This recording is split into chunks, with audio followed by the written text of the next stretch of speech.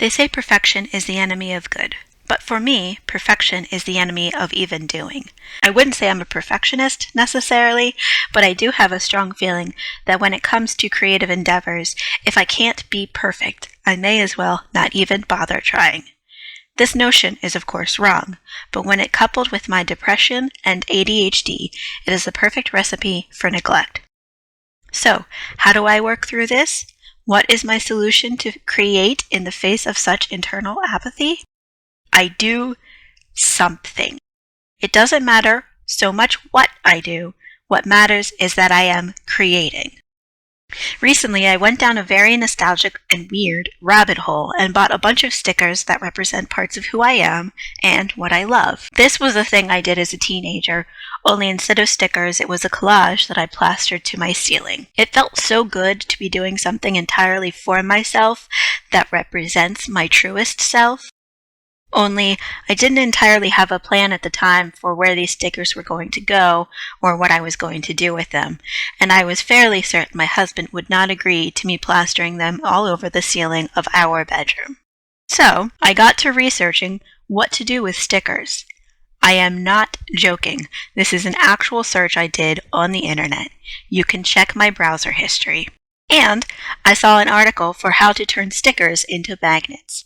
I knew that with my fickle nature, I wouldn't want to commit to a singular location, and I also knew I was way too old for a sticker book.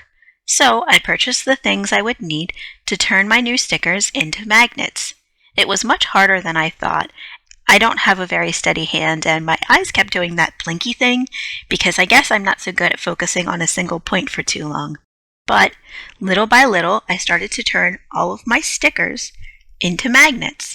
Sometimes in life we have a plan and we know exactly what steps we need to take to execute the plan without a single hiccup. Sometimes we have to make things up as we go along.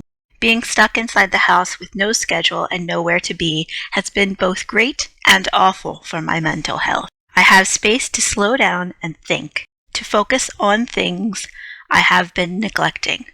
But I also have no schedule, no real focus or marker by which I can define my days. It has been difficult to motivate myself, especially when on some days there is literally no thing I have to do.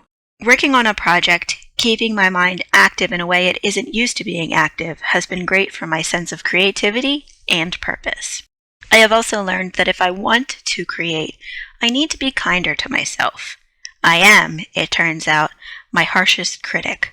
So, since I am not the best and most amazing, is no longer an excuse I will allow myself to have. Create for the sake of creation. I have also learned that my greatest motivation for doing something is fear of letting myself and others down. So, setting an expectation that I will do this thing until it is done is another thing I'm going to work on. Which is why I have decided to publicly announce to all 26 of you that I am writing a book. I have been working on this book on and off for about 6 years now, but life and my own defunct thought process have gotten in the way of me really dedicating myself to this story. But with the time that I have been gifted now, I am working on creating a schedule to dedicate a particular amount of time to write each week, and to start doing this thing until it is done. I am honestly so in love with all of the characters in this story, and they haven't abandoned me to be their storyteller.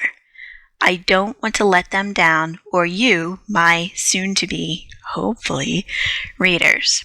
I want you all to meet Annie and her best friend Trixie. I want you to know what trials they go through and what lessons they learn along the way. And I want you to see just how much music is the language through which our hearts speak the truth. And so I promise to you to keep working on this story until it has been told, and I promise to my characters to do my best to tell the story they have told me, and to sing the song in their hearts as best I can. Thank you for following me on this journey, and we'll see what happens next week. Bye.